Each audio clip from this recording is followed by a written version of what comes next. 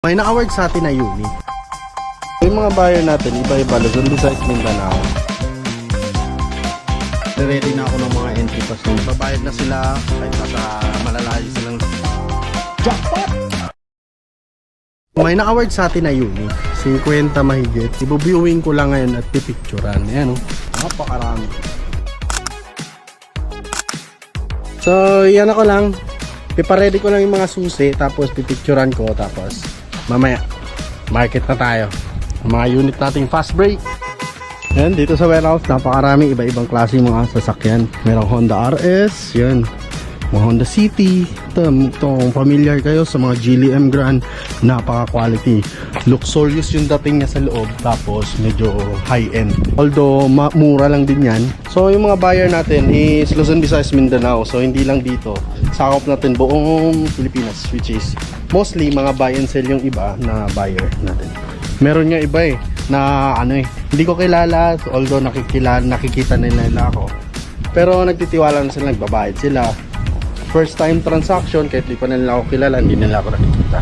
Dahil nagpa-pass break tayo ng mga units, nagpo-provide tayo ng mga pang showroom nila, so nagbabayad sila. Kahit nasa Mindanao, pag may na-award sa atin, paunahan lang sa reservation, tapos payment, deadline pa ng payment. So, pull out sa Friday, lahat yon bayad na. I-release na lang yung unit at di na magdadala-dala pa ng pera. Sa Friday na lang ulit.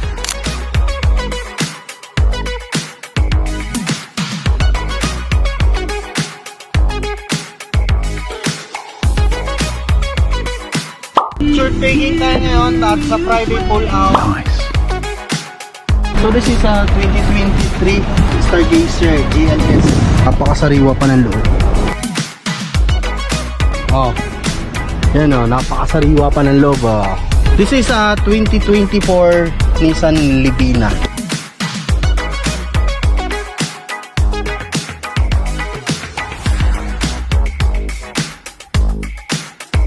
At kakatapos ko lang mag-view, mag-picture at ng mga unit natin at minamarket ko na ngayon yung mga fast break unit na natin. At mamaya monitor na ako ng mga payments dahil yung ibang mga units natin sold na. So nagpe-payment na sila ngayon. Yung mga buyer natin, mga buy and sell lang din, mga iba-iba. So Luzon, Visayas, Mindanao yon. So sila nagbabayad na sila kahit nasa malalayo silang lugar. Nagpe-payment sila sa atin. So yung mga natira, yun lang yung pinicturan ko kanina, yung mga natirang unit na hindi pa nabebenta.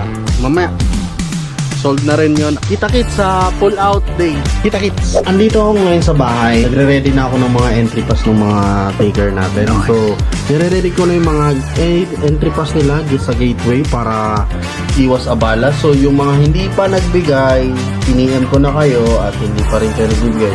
Pag bukas na abala kayo sa gateway, mahasal kasi kayo kung hindi kayo magbibigay ngayon pa lang. Kasi ipapasa na namin to ngayon eh. So, kinokolekta ko na yung mga entry passes. So, ito yung mga magpo-pull out. So, total of 52 units. Yan. So, bukas na lang ulit. 10:60 ng umaga. So, papunta na kami sa warehouse at pull out na kami ng mga unit. Ang schedule ko is 1 PM onwards. Gawin na kami. Dito kami sa warehouse no? Tena Bank Savings. Ito na tayo. Alright. Yan, really.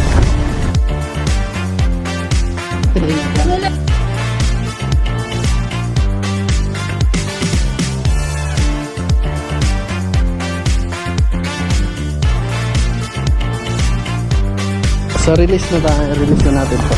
So yung mga buyer natin, iba-iba, Luzon, Visayas, Mindanao. May mga driver silang pinapapunta dito para mag-pull out. At nila nire-release to, bayad na to. Ulitin. Yeah.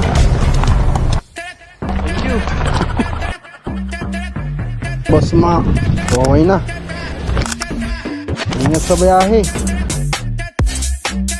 Kung gusto nyo apply ng financing at saka or ika-cash nga, ito soon for sale to sa market.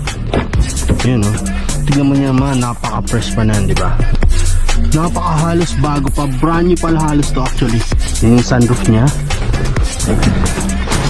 napaka crisp pa ng Napaka-pristine pa ng condition.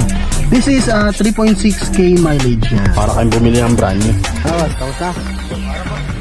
Okay na yan. Kay Jason tayo. Bakit? Magagawa na may handbrake, wag lang foot brake. Sure na lang, Col. Alright. Alright. Okay lang. Sige pa, ingat. So si Madam, bago nating buyer, bumili siya sa atin ng unit, tapos binayaran na rin. Kahit di pa kami nagkikita. Yun o, Mirage, napaka-fresh na Mirage.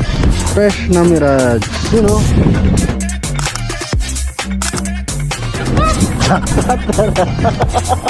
Jackpot! Kung may mga bago na naman pumapasok, pina-upload ni Sir J.